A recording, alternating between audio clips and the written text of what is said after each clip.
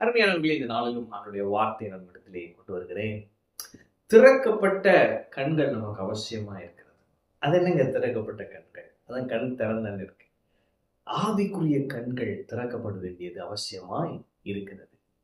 நமக்கு பாருங்க, இது பிசிக்கல் ஐ இல்லைங்களா? ஆவிக்குரிய கண்கள் ஒன்று இருக்கு. அந்த ஆவிக்குரிய கண்கள் திறக்கப்பட்டிருக்க வேண்டியது அவசியம். அது திறக்கப்பட்டிருக்கும் என்று சொன்னால் நம்ம யார் என்கிற வெளிப்பாடு நமக்கு தெரியும். நம்ம ஆண்டவரோடு எப்படி இருக்கிறோம், ஆண்டவர் யார் என்கிற வெளிப்பாடு தெரியும். பாருங்களேன், நம்ம நிறைய நேரம் ஏன் பயத்துக்கு இடம் கொடுக்குறோம்னா, அந்த கண்கள் திறக்கப்படலை. ஆண்டவர் என் கூட இருக்கிறாருன்ற அந்த மனக்கண்கள் திறந்திருந்ததுன்னா நம்ம எதுக்குமே பயப்பட மாட்டோம். அப்ப பயம் வர்றதுக்கு ஒரு முக்கிய காரணம் என்னன்னா, நம்முடைய கண்கள் இன்னும் சரியாக திறக்கப்படவில்லை. வேதத்துல பாருங்க, 2 ராஜாக்கள் 6ல ஒரு சம்பவம் இருக்கு. அதுல நீங்க படிச்சீங்கன்னா தெரியும். 8 to 17 நீங்க அந்த அதிகாரமே இருந்தாலும் நல்லா இருக்கும். எப்படின்னா, தீர்க்கதரிசி என்ன பண்றாங்க, எலிசாவை கொல்றதுக்கு பிளான் பண்றான். ஏன் அப்படின்னா, எதிரி ராஜா என்ன பண்றான், என்ன பிளான் பண்ணாலும் எலிசா போய் இந்த ஊர் ராஜா கிட்ட போய் சொல்லிடுவான், அப்பா நீ அடிக்கிறதுக்கு ரெடி ஆயிட்டா, நீ ரெடி ஆயிருக்கும்.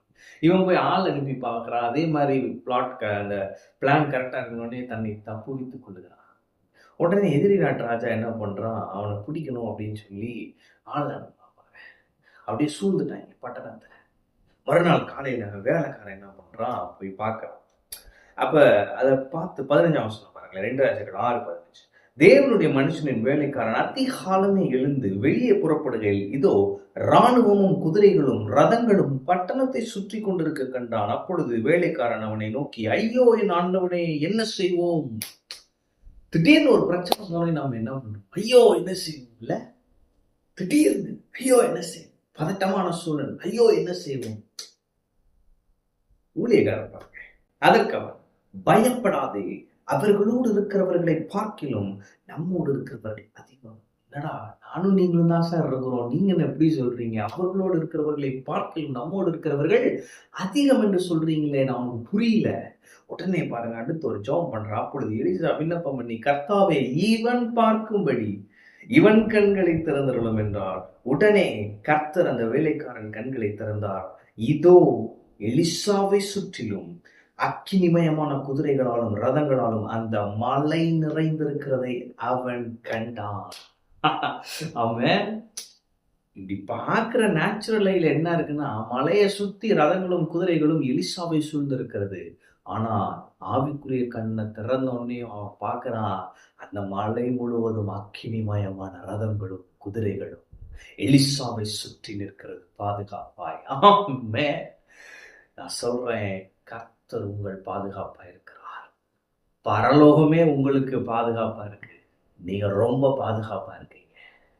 ஒரு ஊரே உங்களுக்கு எதிர்த்து நின்றாலும் நான் சொல்றேன், நீங்க பாதுகாப்பா இருக்கிறீங்க. ஆமென். உங்களுடைய ஆவிக்குரிய கண்கள் திறந்திருப்பதாக. கர்த்தருடைய வார்த்தை சொல்லுகிறேன், பயப்படாதே, அவர்களோடு இருப்பவர்களை பார்க்கிலும் நம்மோடு இருக்கிறவர்கள் அதிகம். ஆமென். எனவே அவங்களுக்கு பணபலம் இருக்கு, அரசியல் பலம் இருக்கு, ஆளுமை இருக்கு, நம்மோடு இருக்கிறவர்கள் அதிகம். ஆமென். நம்மோடு தேவன் இருக்கிறார், நம்மோடு தேவ சேனை இருக்கிறது, பரலோகமே நமக்காக இருக்கிறது. கர்த்தர் தூதர் கூட்டத்தை அனுப்பி இருக்கிறார். நம்ம பாதுகாப்பாயும் பத்திரமாயும் இருக்கிறோம். எதுவும் நம்மை ஒன்றும் செய்ய முடியாது.